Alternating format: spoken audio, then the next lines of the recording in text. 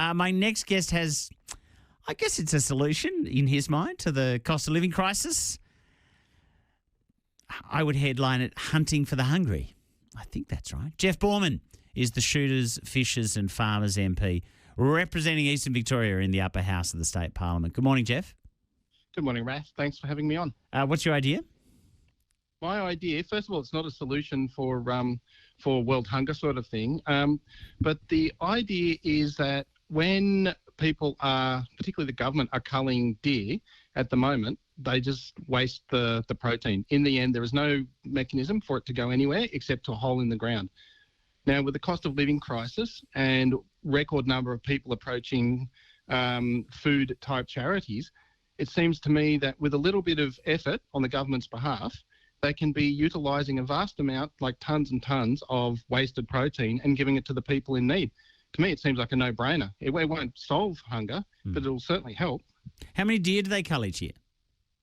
I don't know how many they cull, but there's about 115, 120 odd thousand deer that are shot in this state overall. That includes recreational hunters. So, so did you say 120 or 120,000? You said 120, 150. 120. Sorry, 120,000. Right. 115 to 120,000. There is, look, a lot of them, the hunters generally take as much meat as they can possibly carry. Yeah. Once their freezers are full, they tend not to go hunting again. So my idea is, going beyond the government culling, is that we can encourage people to keep on hunting when they've got enough venison for themselves, by pushing it into a system where it can be used for people in need. Sounds expensive though, Jeff. I mean, how do you... Yeah, you'd be setting up a butchering and refrigeration and... I mean, you'd need to set up lots of abattoirs. That's not cheap. Well, there's already game processing facilities in this state. There's already venison processing facilities on farms and things like that.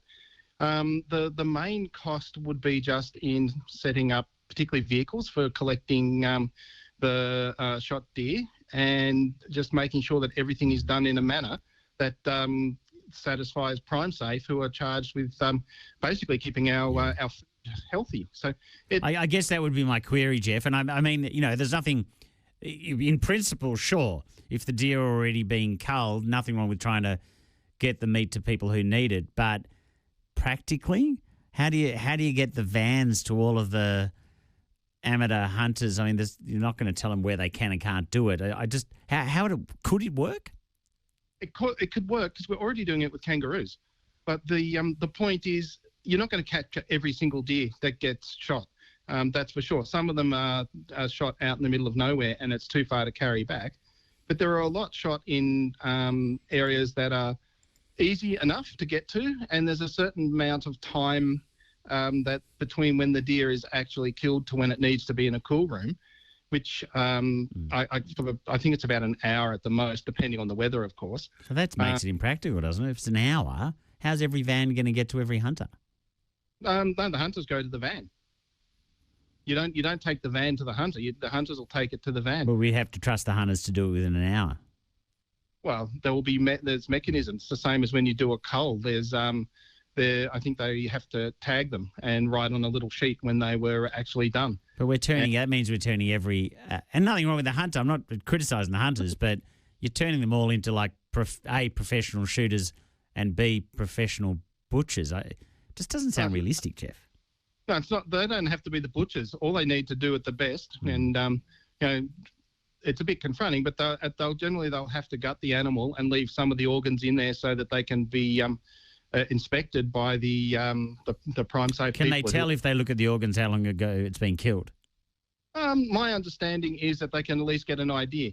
Also, the smell of an animal that's been out too long is kind of. You don't want to wait till it smells. I think the safety threshold is reached before there's a smell issue, isn't it, Jeff? Yeah, but you're talking about people that we've charged with enough responsibility that they are able to take a firearm out on their own and go hunting. These are good, responsible people, and I'm quite sure that anyone that partakes in the program, should it get successful, would be more than willing to do everything, dot the I's, cross the T's, because otherwise they're just wasting their time. And I've got to say, every hunter I've met is They hunt for food. Some hunt for the trophies, but they generally always take some food with it.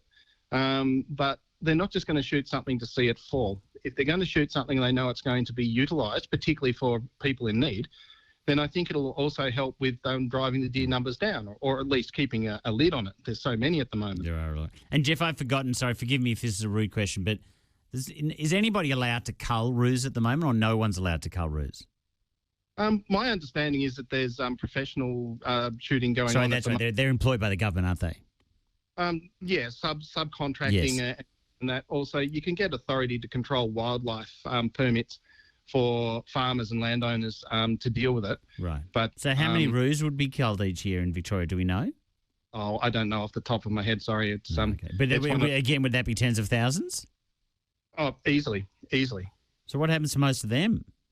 Well, I would guess most of them they drop where they are left. But if they're done as part of the programs where they are allowed to put them either in for pet food or for human consumption, they have to basically go via the rules. And Prime Safe are quite strict on what they will and won't allow. And that's also why these things can tend to be very successful, because if you take a hard line, you're really only getting good fresh protein out of the field. Look, thanks for joining us, Jeff. Thanks for throwing the idea out there. Thanks, Raf. Jeff Bourman from the Shooters, Fishers and Farmers.